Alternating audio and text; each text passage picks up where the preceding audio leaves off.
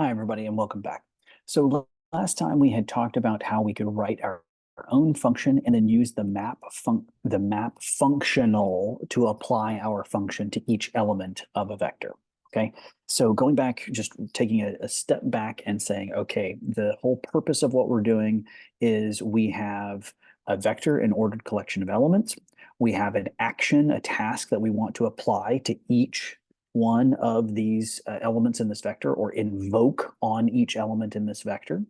And then we need something in R that will allow us to invoke a function that we wrote to each element of the vector. And that is going to be the map function. So take this thing, this action, whatever this action is, and apply this action to the first element, then to the second element, then to the third element, then to the fourth element, on down the line. Okay. So that's what we're doing. In the process of doing this, we found that the summary function was not super great when we applied it to all of the columns of the miles per gallon data set. And the reason for that is that the numeric information was fine, but the character information was, I mean, it was the summary was just that it was character. I mean, look at this. It just says, oh, it's character information. Yay. Well, that doesn't really help us very much. So we're going to write our own summary function. So what we're doing here is we're going to say, okay, take in a function of x. The x will be not the data frame, not the tibbles themselves, but the columns of the tibbles, and like the atomic information within the column of the tibble. And so we say if this is character, if the information within the column of that tibble is character, then we want to table it. So table means to basically every piece of character information in there, we assume that it's kind of a factor. So if you saw zip codes, then you would group all of the zip codes that are the same label and count how many times you see it. So what you should do on your own time is run the table function on some character information and see what you get. So for character information that represent labels, the table function is very strong.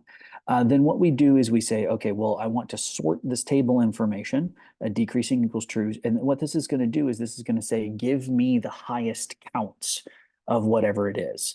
And then I want to take the top six. So head says, give me the top six. If the information is not numeric, then that means we're going to get to this else, or I'm sorry, if this information is not character. So if it is character, then this is what we're going to do. If it's not character, i.e. else, then we're going to find my numeric summary of it. And so now we've got our ordered set of elements. The miles per gallon data set is an ordered set of elements. It is a vector. Yes, it's rectangular. It's a tibble, but this tibble is a list. Lists are ordered sets of elements. They're vectors. They're non-atomic vectors. And so the ordering here is the columns of this tibble. So we're going to say, take this ordered set of columns and apply this function to it. So take the manufacturer column and apply this function to it. And what do we get? Well, the manufacturer column was character information. So now we get this table of information. We see that, okay, the brand, the manufacturer brand that's most common is Dodge, followed by Toyota, followed by Volkswagen, followed by Ford, Chevy, then Audi. So these are the 6 most common manufacturer types in this data set. And then if we say, okay, give me the models, give me the 6 most common models. Well, there's a 2-wheel drive Caravan, whatever that is. There's 11 of them. There's a Ram 1500 4-wheel drive pickup. There's 10 of those. There's a Honda Civic. There's 9 Honda Civics. There, I don't even know what a Toyota, is that a Toyota thing? Toyota Dakota, maybe? I don't know. 4-wheel drive pickup, there's 9 of those. A Volkswagen Jetta, 9 of those. 9 Ford Mustangs, et cetera, et cetera, et cetera. Okay, so this is telling us, this is giving us a summary of the character information that we weren't getting before. Before, it was literally just like, hey, there's character information there. We can go back and look at that. I mean, this is what it looked like. It was just like, yes, there is character information there. Not super helpful. Now we can actually see what was going on in there. Like, oh, in this fuel or whatever, what we saw was just that there was character information now. Now we can see that there's 168 cars that use regular fuel. Or in the class of the car, there's 62 cars that are SUVs, et cetera. Okay. Now, This isn't great. Like I said, not a fan of the table function, but it's good enough for right now for what we need to do. It's kind of giving us a much better understanding of what's going on in the data rather than just this. This does not help anyone. Um, this is at least a little bit helpful to understand what's going on in the data set. Okay, so alrighty then.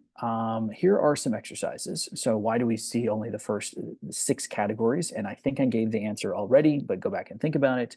And then there's some more exercises here. Take some time, work through these exercises, particularly though go find one of the stats or biostat students and talk about why this is not why the repeated sampling paradigm does not apply here and why we needed all the way up to like almost 500 samples before we got a sample average that was pretty close to the population average.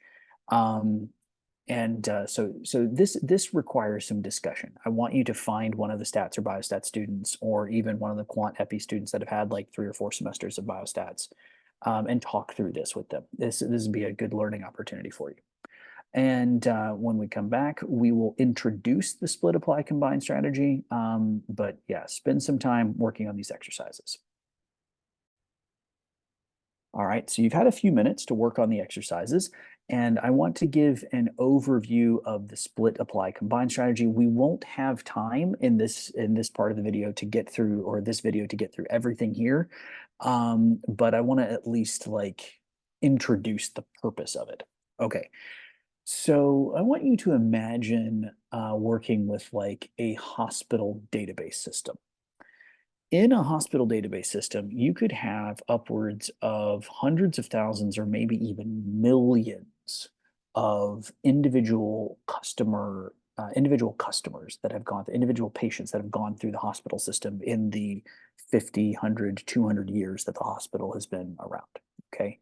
It could be a lot. I mean, think about like if you got a hospital that's been around for 150 years and they've got not obviously not in the computer, but they've had to digitize a whole bunch of those records.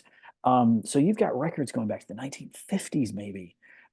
Just so many patients have come through this hospital, and you want to start doing some analysis, like you're working with one of the like you're on a data science team or a biostats team or whatever, and you're working with some of the folks from the executive suite, and they say, all right, let's start thinking about the kind of patients that we're serving at this hospital and figuring out how to increase our catchment area or increase our footprint or reduce times that wait times between getting connected to a doctor and seeing care, all sort of stuff, all sorts of things that you could be looking at.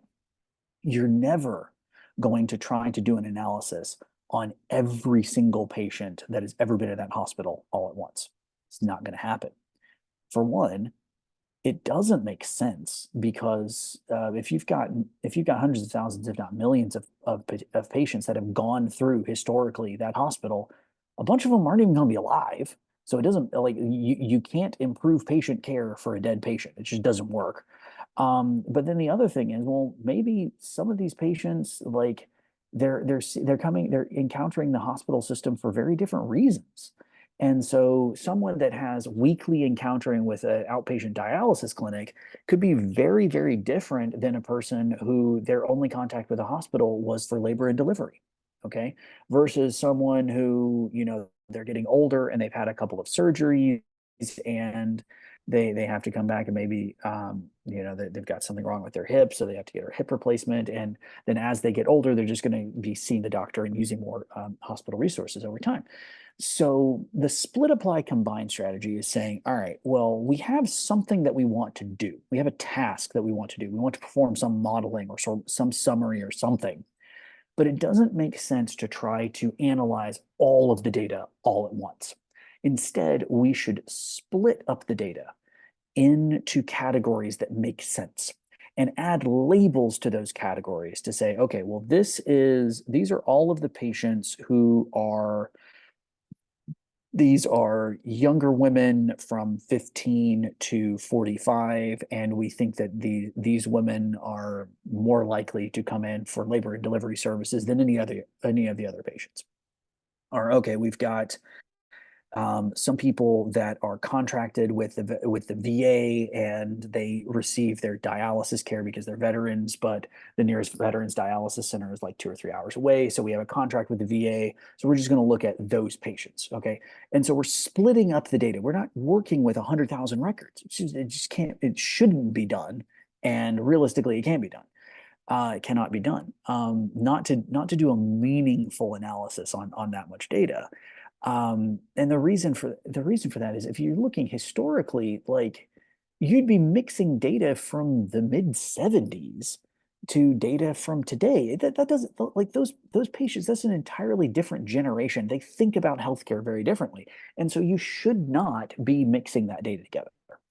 So you should be splitting the data up and applying the analysis to the components of the data. So like, okay, well, what if we split up the data over a year? Like, okay, well, let's look at all of the patients who came into our hospital in the year 2018, and we're going to look at those and compare them to all of the patients that came into the hospital in the year 2019, then the year 2020, then 2021, 2022, et cetera.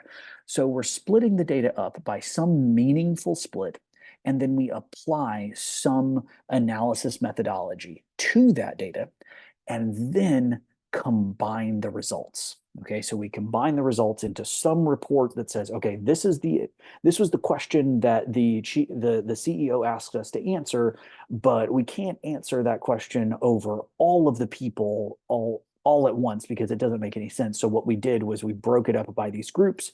We answered the question specific for each group, and then we combine it into a single report, or we combine it into a single table, something like that. That's what's going on here, the split, apply, combine strategy. And it's either because the data are split into subgroups based on subpopulations, or because we simply have too much data and the computer cannot handle the amount of records that we would have to analyze all at once. So an example of this, I've told this story that I've got a friend of mine that works for a banking company, and they have literal trillions of records. Because every time you swipe your credit card, for if you bank with this particular company, you swipe your credit card, that becomes a new record in their database. And so it is not computationally possible to analyze all trillion records all at the same time for the millions of measurements that they have on each one of those things. So in that case, you would say, all right, well, let's use random splits to break the data up. And you can use a combination. You can use a combination of subpopulations and also random splits if you just have trillions and trillions of records of data. And then the next step would be apply whatever machine learning method or statistical method you want to each of those splits and save the results. And then finally combine the saved results from each sub-analysis and report on that. Okay. So we're going to get into an example, but we're going to hold off now that we've kind of got the overview of the split, apply, combine strategy. We'll come back and we'll take a look at an example. All right. See you soon.